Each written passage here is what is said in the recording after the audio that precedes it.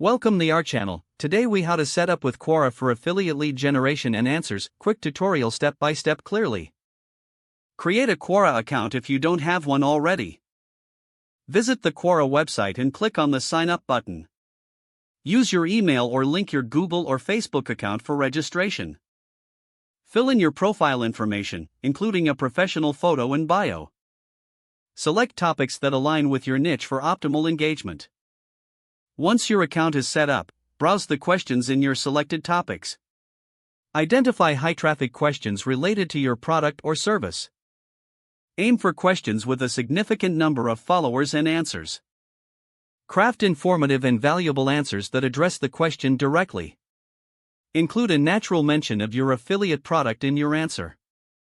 Provide context and explain how the product solves the reader's problem. Use storytelling where applicable to enhance user engagement.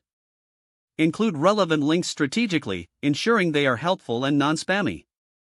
Subsequently, monitor your answers for comments and questions. Engage with users who comment to build relationships and trust. Keep an eye on your affiliate links to track clicks and conversions. Regularly update your profile and answers to keep content fresh. Explore Quora ads to boost your visibility for specific answers. Consider using Quora Spaces to share content and engage with audiences.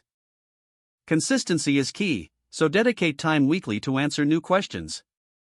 Evaluate the performance of your answers and adapt your strategies accordingly. If the page does not load, refresh the browser or try again in a private or incognito window. Make sure you are using the correct email address, then retype it carefully to avoid small typos.